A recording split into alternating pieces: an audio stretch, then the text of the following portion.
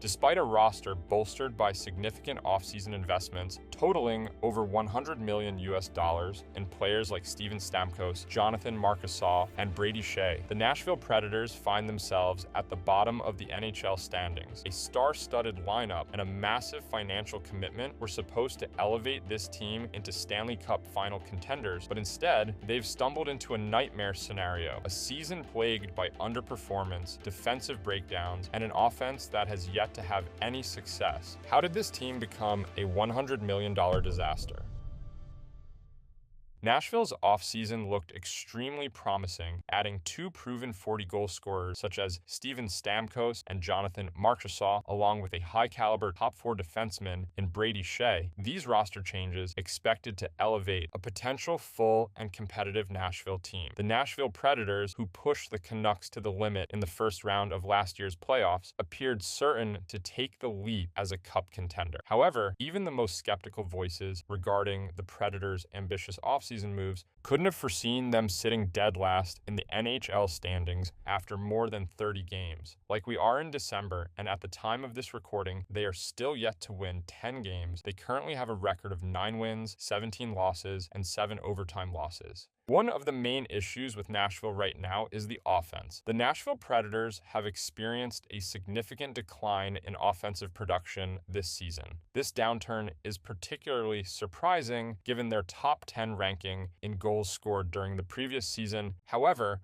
a critical issue for the Predators this season is their shooting percentage, which is once again the lowest in the league at 5.79%. Additionally, they have the NHL's lowest goals for above expected at negative 22.63. To make matters worse, the problem isn't just about bad luck or poor finishing. The team's transition game has been a disaster. They lead the NHL in giveaways, including the most in their defensive zone. This inability to move the puck cleanly up the ice has severely limited their ability to create offensive pressure. Even when they do manage to get into the offensive zone, their shot selection often comes from low danger areas, making it easy for opposing goaltenders or defenders to block or handle. While the power play has been somewhat okay, I guess at least from a team at the bottom of the standings at 17.7%, their 5-on-5 play remains a glaring issue. The team has struggled to generate high danger scoring chances consistently, and without those, it's hard to turn things around. Also doesn't help when the coach, Andrew Brunette, is just throwing his line combinations into the blender and almost nothing has worked. However, the biggest and most glaring issue with the Predators is that Barry Trotz is not a competent general manager and appears to lack a clear direction for the team. The inconsistency in his approach is striking. In 2023, Trotz publicly stated that the Predators were entering a rebuilding phase, signaling a long-term focus on developing young talent and accumulating assets. Yet, by 2024, he completely reversed course, announcing a push for a Stanley Cup run by spending heavily in the offseason on veterans like Steven Stamkos, Jonathan Marchessault, and Brady Shea. Paul Maurice often emphasizes that it takes around 40 games to fully integrate a new player into your top 6 forwards or top 4 defensemen.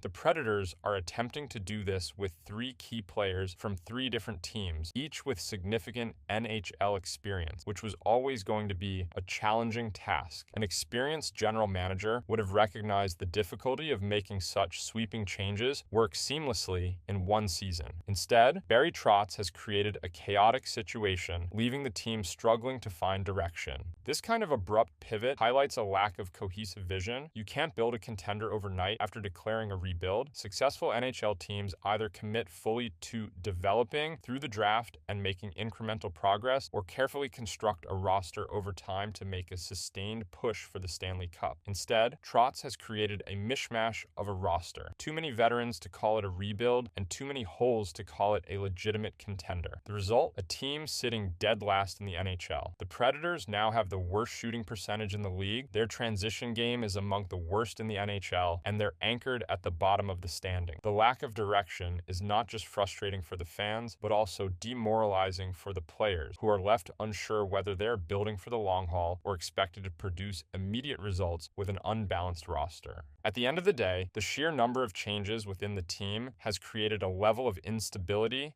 that makes it incredibly difficult to diagnose and address the root of the problem. Honestly, it's not just one issue, it's multiple problems compounding into one massive disaster. So the question is, can they still make the playoffs? Right now, Money Puck gives Nashville a 6.2% chance of making the playoffs and a 4.2% chance of earning the number first overall pick in the draft. Can the Predators overcome those odds? Unfortunately, for all the Nashville fans watching, the answer is probably no. This season is likely over. There has been speculation about firing coach Andrew Brunette, but that likely wouldn't solve anything and might even make the situation worse. The best solution for now is probably to adopt a more conservative style of play to better align with their aging veteran roster. While the playoffs are off the table, I don't believe they'll finish dead last in the NHL standings. They'll be near the bottom, but not at the very bottom. And yes, the Nashville Predators traded Alexander Carrier to the Montreal Canadiens. In return, Nashville got 23-year-old Justin Barron, a former first-round pick with 1 goal in 17 games this season and 31 career points. Nashville also cleared $2.6 million in cap space, giving them flexibility for future moves. Montreal likely got the better player in Carrier, but this trade aligns with Nashville's focus on the future. End of the day, it's a team sport, and just adding better players doesn't always make a team better, and Nashville is the prime example of this. What do you guys think about the Nashville situation? This video is just my opinion and what I've seen happening. I'd love to hear your input and thoughts on this. I appreciate all the support. If you made it this far, consider subscribing to the channel. As always, thanks for watching, and I'll see you all in the next video.